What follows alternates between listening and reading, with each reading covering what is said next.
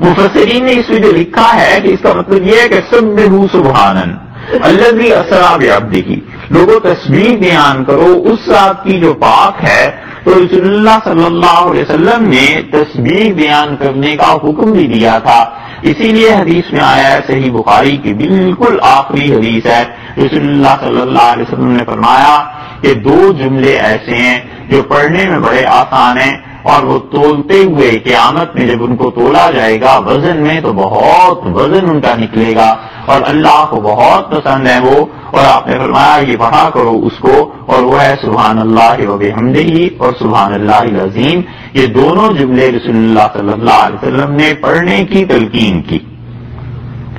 اور یہ جملے ایسے ہیں کہ کائنات میں اللہ کی تسبیح کی وجہ سے بہت سی چیزیں ان میں فرق پڑتا ہے. اس کی مثال آپ سے ابھی عرض کرتے ہیں. تو یہاں سبحان کے جو لفظ سے شروع کیا ہے تو اس کا مطلب ہے بہت بڑی چیز ایسی پیش آئی ہے، اور اللہ کی ذات ہر عیب سے مبرہ ہے. اسی طرح ترمذی کی روایت میں آتا ہے کہ رسول اللہ صلی اللہ علیہ وسلم نے فرمایا کہ فرشتوں کے لیے اللہ نے جس تسبیح کو پسند کیا، صحیح حدیث میں آیا ہے، آپ نے فرمایا کہ فرشتے بھی اللہ کی یہ تسبیح کرتے ہیں اور کہتے ہیں کہ سبحان ربی و بحمدہ، سبحان اللہ و بحمدہ کو دوسری روایت میں رسول اللہ صلی اللہ علیہ وسلم نے یوں کر دیا، ارشاد فرمایا کہ سبحان ربی و بحمدہ. فرشتہ یہ کہتا ہے کہ میرا رب، میرا پروردگار ہر عیب سے مبرہ ہے اور ساری کی ساری تعریفیں اسی کے لیے. اسی لیے رسول اللہ صلی اللہ علیہ وسلم نے یہ بھی حکم دیا کہ سبحان اللہ العظیم، اللہ جو بڑا عظیم ہے، طاقت والا، عظمت والا ہے، وہ ہر عیب سے مبرہ ہے. اور رسول اللہ صلی اللہ علیہ وسلم نے فرمایا تم میں سے جو آدمی سبحان اللہ العظیم جتنی مرتبہ بھی پڑھتا ہے وہ جنت میں اپنے لیے ایک درخت لگا لیتا ہے. اسی لیے اس کلام کا اثر ہے، یہ کلام جو انسان کرتا ہے یہ کوئی چھوٹی سی چیز نہیں ہے، بلکہ اس کلام کا اثر پڑتا ہے. اور رسول اللہ صلی اللہ علیہ وسلم نے بتایا کہ 4 کلام، 4 جملے ایسے ہیں جو اللہ کو بہت پسند ہے. اور آپ نے فرمایا ایک تو اللہ کو یہ پسند ہے کہ لوگ اس کی تسبیح کریں، یعنی سبحان اللہ کہیں کہ اللہ کی ذات ہر عیب سے پاک ہے. حتیٰ کہ قرآن پاک میں آیا ہے، اللہ نے فرمایا کہ وَسَبِّحُوهُ بُكْرَةً وَأَصِيلًا، اور انہوں نے کہا کہ اللہ کی تسبیح بیان کیا کرو، صبح شام سبحان اللہ کو پڑھا کرو. اور اللہ تعالیٰ نے فرمایا کہ تم لوگ اللہ کی تسبیح حمد کے ساتھ ملا کر پڑھو، وَسَبِّحُوهُ لَيْلًا طَوِيلًا، اور رات گئے تک، رات دیر تک تم لوگ اللہ کو، اللہ کی تسبیح بیان کیا کرو. اللہ کی تسبیح سے مراد یہی وہ سارے جملے ہیں. جیسے کوئی آدمی سبحان اللہ پڑھے، سبحان اللہ و بحمدہ، سبحان اللہ العظیم، سبحان ربی و بحمدہ، سبحانک اللہم و بحمدک، یہ جو ثنا میں ہم پڑھتے ہیں یہ سارے جملے ایسے ہیں جن کے متعلق اللہ نے کہا رات دیر تک مجھے ایسے یاد کیا کرو. اور اس میں بڑی بڑی خوبی کی بات یہ ہے کہ بعض اوقات آدمی لیٹتا ہے اور گھنٹہ گھنٹہ اپنی اپنی عادت کے مطابق، کسی کو 10 منٹ 15 منٹ لگ ہی جاتے ہیں کہ آدمی اتنی دیر میں سوتا ہے، تو اسے چاہیے کہ اللہ کی تسبیح بیان کرتا رہے تاکہ خدا کے اس حکم پر عمل ہو جائے کہ اللہ نے فرمایا کہ وَمِنَ اللَّيْلِ فَاسْجُدْ لَهُ، اور رات کو اللہ کو، وَمِنَ اللَّيْلِ فَاسْجُدْ لَهُ، اور رات کو اللہ کے لیے سجدہ کیا کرو، اور سَبِّحُوهُ لَيْلًا طَوِيلًا. ایک جگہ ارشاد فرمایا کہ دیر تک خدا کی تسبیح بیان کیا کرو. تو دیر تک کا مطلب یہ بھی ہے، مفسرین نے لکھا کہ سونے کے وقت تک، سونے تک. تو ظاہر ہے جب آدمی سو جاتا ہے تو پھر تو وہ حکم سے نکل جاتا ہے، پھر تو وہ کچھ کر نہیں سکتا، اس کے حواس پر نیند چھا جاتی ہے. مگر اس وقت تک جتنا بھی وقت ملے اللہ کی تسبیح بیان کرتے رہنا چاہیے. یہ ارشاد فرمایا ہے اللہ تعالیٰ نے قرآن میں. تو اسی لیے یہ 4 جملے رسول اللہ صلی اللہ علیہ وسلم نے فرمایا اللہ کو بہت اچھے لگتے ہیں. ایک سبحان اللہ اور ایک الحمدللہ، یعنی اللہ کی حمد بیان کرنا الحمدللہ میں یہی ہے. اور تیسرے لا الہ الا اللہ، کیونکہ اس میں خدا کی توحید کا، اللہ کی وحدانیت کا، ان چیزوں کا اثبات ہے. اور چوتھی چیز ارشاد فرمائی کہ اللہ اکبر. ان 4 جملوں کے متعلق فرمایا کہ اللہ تعالیٰ کو یہ 4 جملے بہت اچھے لگتے ہیں. اللہ کی ایسے تم تسبیح بیان کیا کرو. تو سبحانہ کا مطلب یہ ہوا کہ اللہ کی ذات بالکل بے عیب اور مبرہ ہے. اس پڑھنے سے ہوتا کیا ہے؟ اس پڑھنے سے یہ ہوتا ہے کہ روح پر اثر پڑتا ہے کلام کا. ایک آدمی مردہ پڑا ہے، سامنے اس کی ہڈیاں ہیں، حتیٰ کہ مکمل لاش پڑی ہے. اب کوئی آدمی سے گالیاں دے، کیا فرق پڑتا ہے؟ اس کے تھپڑ مارے مردے کو، کچھ فرق نہیں پڑتا بظاہر. لیکن یہی چیزیں کسی زندہ انسان کے ساتھ کی جائیں تو یقیناً فرق پڑتا ہے. وہ ممکن ہے آگے سے برہم ہو جائے، ناراضگی کا اظہار کرے، خوشی کا اظہار کرے، کچھ بھی کرے.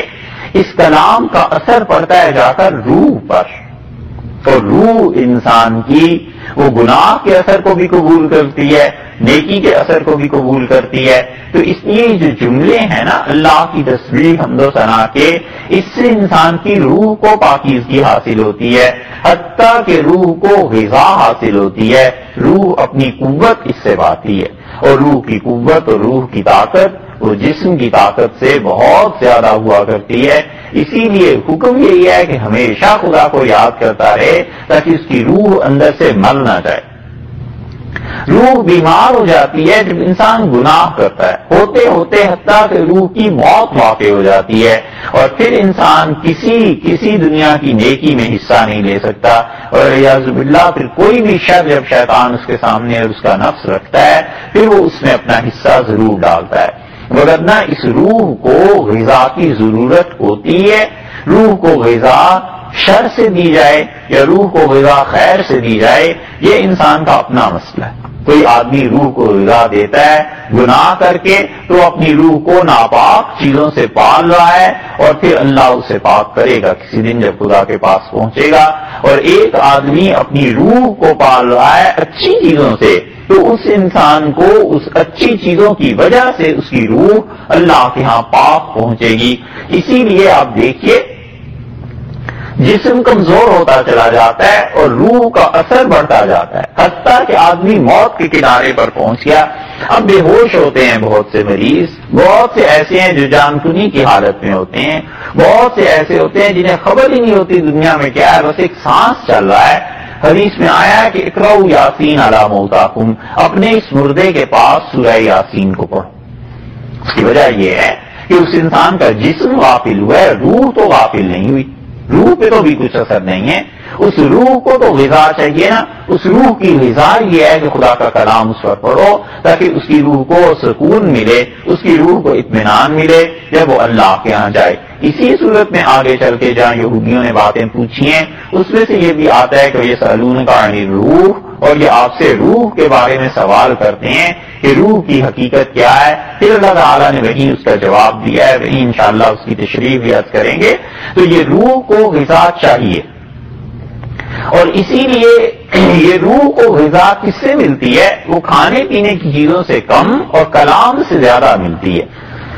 کیونکہ روح کا تعلق اس دنیا سے ہے جہاں کھانے پینے کی بجائے جملے، کلام، باتیں، اس کا زیادہ اثر ہوتا ہے. اور اسی طرح جتنا بھی جسم کم ہوتا چلا جاتا ہے اور روح غالب آتی جاتی ہے، اتنی ہی مادیت کم ہو جاتی ہے.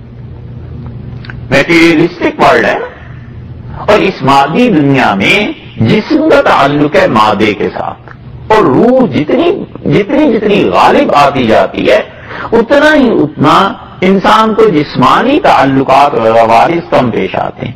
اسی لیے بعض ایسے لوگ بھی گزرے ہیں جن کا کھانا پینا بہت تھوڑا ہو گیا تھا، اور وہ کہتے تھے جنت سے ہمیں غذا ملتی ہے اور جنت کے مزے آ رہے ہیں. تو اصل بات یہ تھی کہ اس روح کو اتنی عروج اور ترقی مل گئی تھی کہ جنت سے اس کا تعلق ہو گیا اور روح کو غذا وہاں سے ملتی تھی. ان کا کھانا پینا، ساری ضروریات، بس وہ خدا کی تسبیح، حمد و ثنا، یہ خدا کی کتاب، تلاوت، یہ چیزیں رہ گئی تھیں. اس ذریعے سے وہ لوگ قوت حاصل کرتے تھے.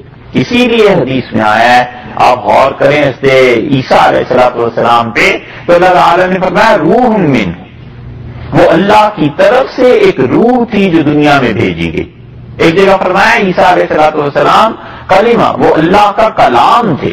جو اللہ نے کیا کیا، اپنے اس پاک کلام کو القاہ الی مریم، مریم علیہ السلام میں ڈال دیا اللہ نے، وہ خدا کا پاک کلام تھے نا، تو کلام کو، کلام سے روح کو اسی کلام سے تقویت ملتی ہے.